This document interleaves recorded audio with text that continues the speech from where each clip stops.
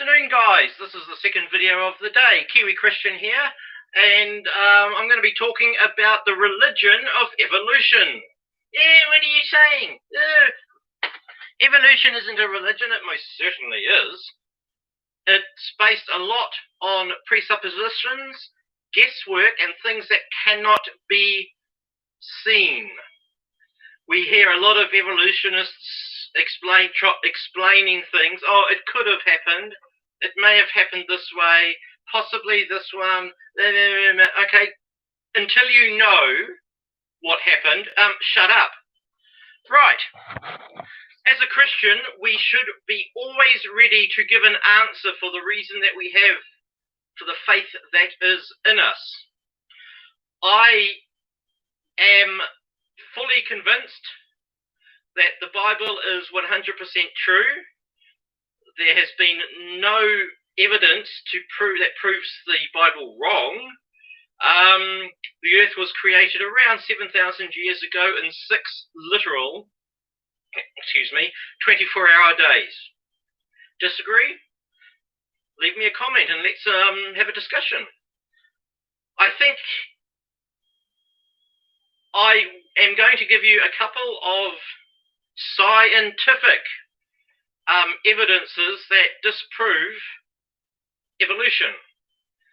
I think then at least you'll have something to talk to an evolutionist about that maybe will make him, her, or it think. So, plus you can sound really smart. So, evolution. The Big Bang Theory. Once upon a time, millions of years ago, all the matter in the universe was condensed into one small dot. It spun around and exploded, and all the planets and moons and whatever came off it. They later said that the universe basically was created out of nothing. So once upon a time, nothing exploded and became something. Okay.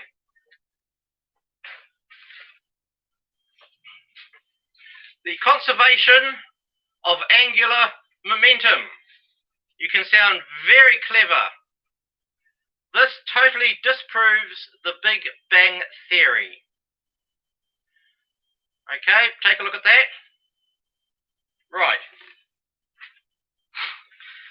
Now, to explain it,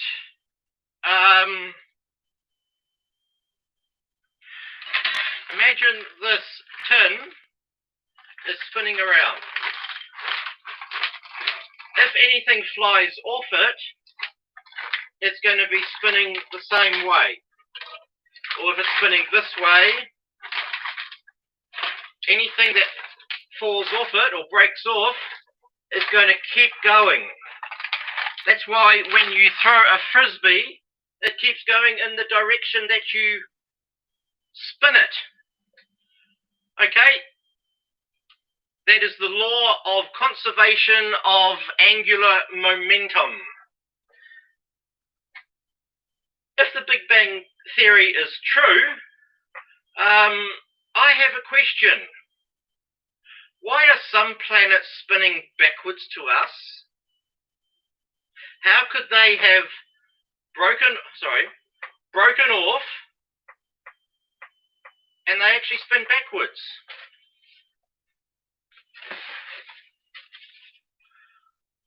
Why do 8 moons of 8 of the 91 moons rotate backwards? Why does Jupiter, Saturn, and Neptune have moons orbiting in both directions?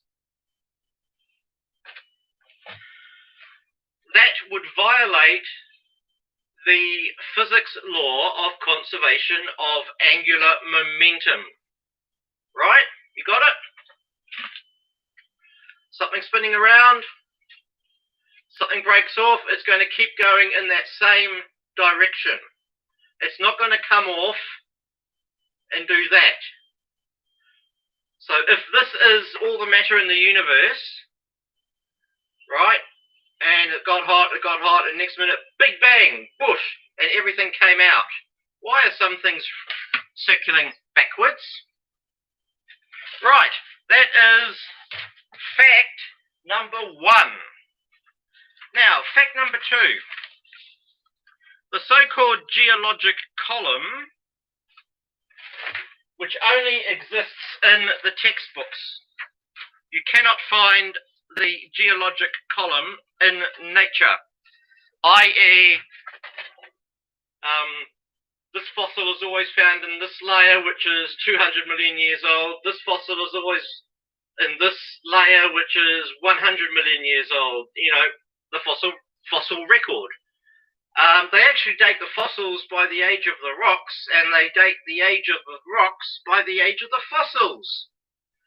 You idiots! That's circular reasoning! Right.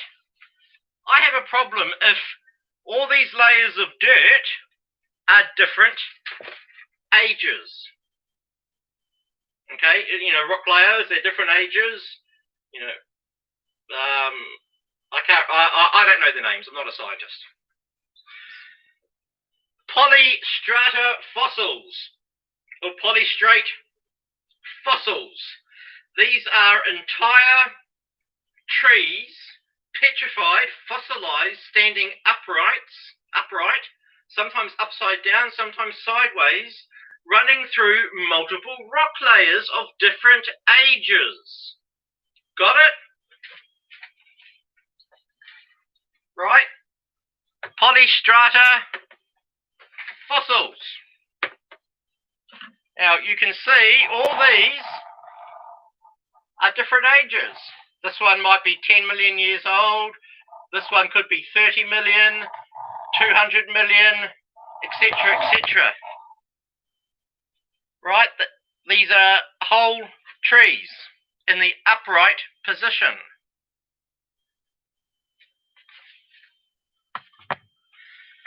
Don't you think if those layers were laid down millions of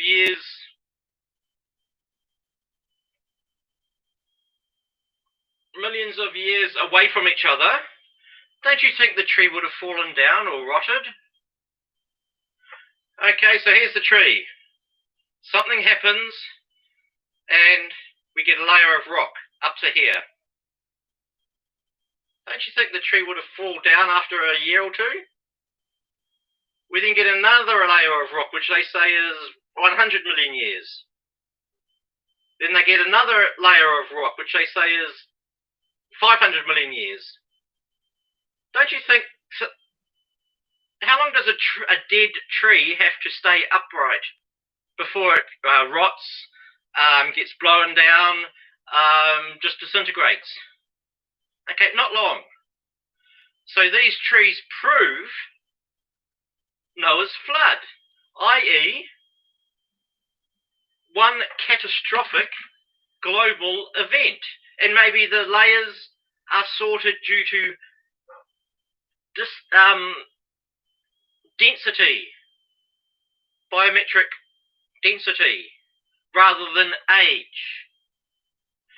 Sometimes you can get sheep, you can get little bottles filled with different coloured sands and rocks and that, and they're all in a nice order. You shake it up, and they sort themselves out into different layers. Those layers are not different ages.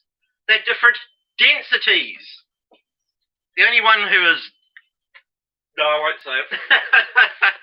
Right, and if you actually want a photograph of one, there.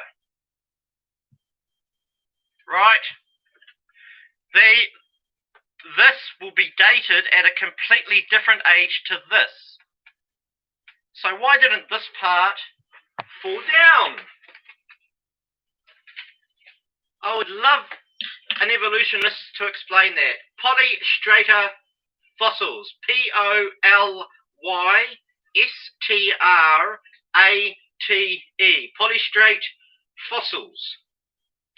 Okay, so those are two things you can learn about. The conservation of angular momentum totally disproves the Big Bang.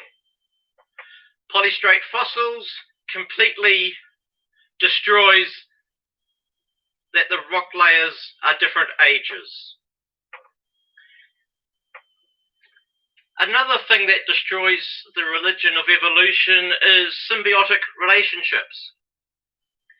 How some insects need certain plants and certain plants need certain insects. Which evolved first? And how? And can you prove it? Okay. The termite. I think you get them more overseas than you do here in New Zealand. But termites who eat wood. No, they don't. Termites cannot digest cellulose. They cannot digest wood. There are little organisms or little mites inside the termite's guts that process the wood. The termite can't survive without these organisms. The organisms can't survive without the termite. Which evolved first? Everything would have had to have happened straight at once. How did reproduction evolve? Why would any organism, mammal or animal, want to reproduce? It's just creating more mouths to feed and puts a bigger drain on resources. So, yeah, sorry. So what are we up to now? Four examples of why evolution is wrong. Sorry. Another one. Radiometric dating. There's a number of different dating methods that people use to try and date things. They don't work. The most common is radiocarbon dating, measuring carbon-14. Okay, for radiocarbon dating to be reliable, the scientists need to make a number of vital assumptions. Assumptions, what's that? That's a guess. First, the scientist assumes that carbon-14 decays at a constant rate. But experimental evidence indicates that carbon-14 decay is slowing down, and that millennia ago it decayed much faster than observed today. Secondly, the theory behind carbon dating demands that there is the same rate of cosmic production of radioactive isotopes throughout time. I.e., imagine this is living. Yes, I like pink. Okay, shut up. Let's say that this is, an organic matter, and they want to date it. They think they know how long it takes carbon-14 to decay. So they measure the amount of carbon-14 in here, and they assume it's been decaying at that rate, and they just extrapolate that back to get the age, I think. And I could be wrong, but the problem is this found anywhere where there is something that would leach out that carbon? Is there somewhere that would have introduced more carbon? Has it decayed at the same rate? These are all things that the scientists cannot answer. Carbon-14 is still being produced, so you just don't know. And thirdly, as I mentioned, the environment in which the artifacts lies heavily impacts on the rate of decay. I mean, C14 or carbon-14 leaches out more at an accelerated rate when it's in water, especially saline water. So if you get a rock or a fossil or a dead thing and take it to the scientists to have it dated, They will not accept it unless you tell them where you found it, when, what was around it, etc., etc., etc. So in other words, to test carbon-14 accurately, the artifact must have been protected from contamination. Organic matter, being porous, can easily be contaminated by organic carbon in groundwater. This increases the carbon content and interferes with the carbon ratio. So